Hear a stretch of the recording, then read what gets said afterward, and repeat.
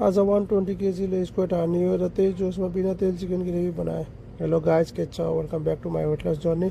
इसमें Vijay Chaudhary working in Qatar as a data entry operator. सधैँ चाहिँ फ्रेस भएर अन्डा बोइल र चामल पकाएँ।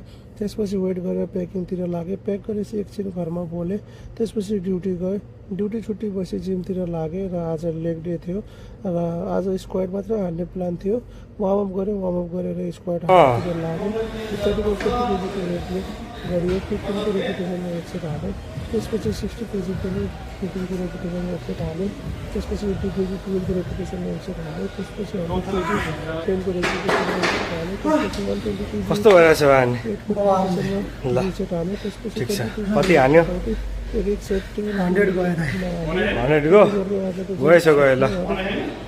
आत्मविश्वास हुन जरुरी छ। त्यसपछि मात्र कुनै कुरा सक्सेसफुल्ली एचिभ गर्न सकिन्छ। But don't forget to struggle. ल रुम पुगेपछि साँझको खाना पकाउनतिर लागेँ। चिकन 234 ग्राम आज र भोलि लन्चको लागि पकाउन थालेँ र आज विदाउट बोइल चिकन ग्रेभी पकाउनतिर लगाएँ। सुरुमा पानी खलखल्ती उमालेँ र पानी उम्लेपछि चिकन हालेँ र चिकन एकछिन उम्लिन दिएँ। त्यसपछि बेसार र धुलो खुर्सानी हालेर अलिकति लो हिटमा पकाएँ। यता प्याज लसुन खुर्सानी काटेर हालेँ। एकछिनपछि टमाटर पनि हालेँ अनि लो हाई हिट गर्दै पकाएँ 10 मिनट। त्यसपछि सबै मरमसलाहरू हालेपछि 30 मिनट पकाएँ। 30 मिनट पकाएपछि यस्तो भयो चिकन। चिकन पाकिसकेपछि नुहाइसकेपछि गाजर खिरा र दही नुन मिक्स गरेँ र चिकन ग्रेभी विथ 50 ग्राम चिउरा खाएँ।